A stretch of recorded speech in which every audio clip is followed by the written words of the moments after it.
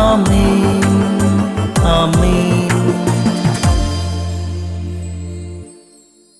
യേശുവിൻ്റെ ഏറ്റവും പ്രിയമുള്ള കുഞ്ഞെ, അമലേക്യനായ മനുഷ്യൻ ദാവീദ് മഹാരാജാവിനോട് പറഞ്ഞു, അപ്പോൾ ഞാൻ അടുത്ത് ചെന്നവനെ വധിച്ചു. അവൻ വീണുപോയാൽ അവൻ മരിക്കുമെന്ന് എനിക്ക് ഉറപ്പായിരുന്നു.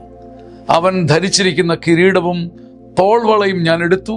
ഇതാ ഞാൻ അവ അങ്ങേ പക്കൽ കൊണ്ടുവന്നിരിക്കുന്നു.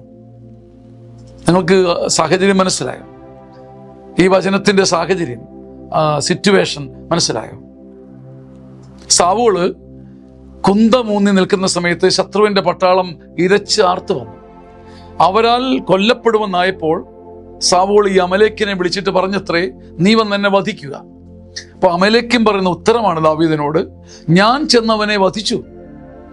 അവൻ വീണുപോയാൽ മരിക്കുമെന്ന് എനിക്ക് ഉറപ്പായിരുന്നു.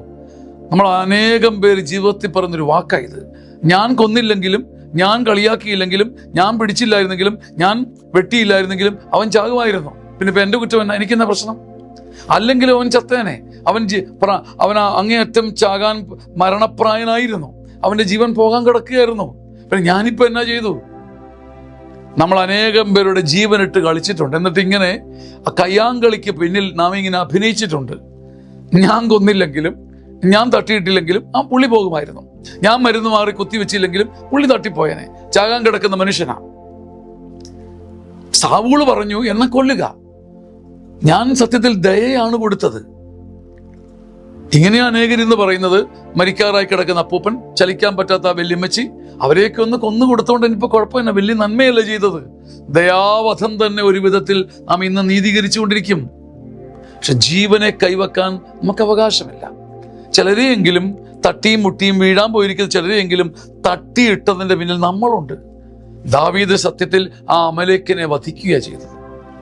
കർത്താവിന്റെ അഭിഷിക്തനെ ജീവന്റെ മേലെ കൈവെക്കാൻ നമുക്ക് ഒരിക്കലും അനുവാദമില്ല, അവകാശമില്ല.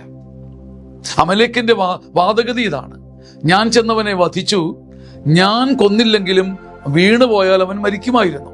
നമ്മുടെ പ്രായോഗിക ജീവിതത്തിൽ നമ്മൾ പരസ്പരം പറയാറുണ്ട്, ഞാൻ കൊന്നില്ലായിരുന്നെങ്കിലും, ഞാൻ പരാജയപ്പെടുത്തിയില്ലായിരുന്നെങ്കിലും, ഞാൻ തട്ടിയിട്ടില്ലായിരുന്നെങ്കിലും പുള്ളി പോയാനെ.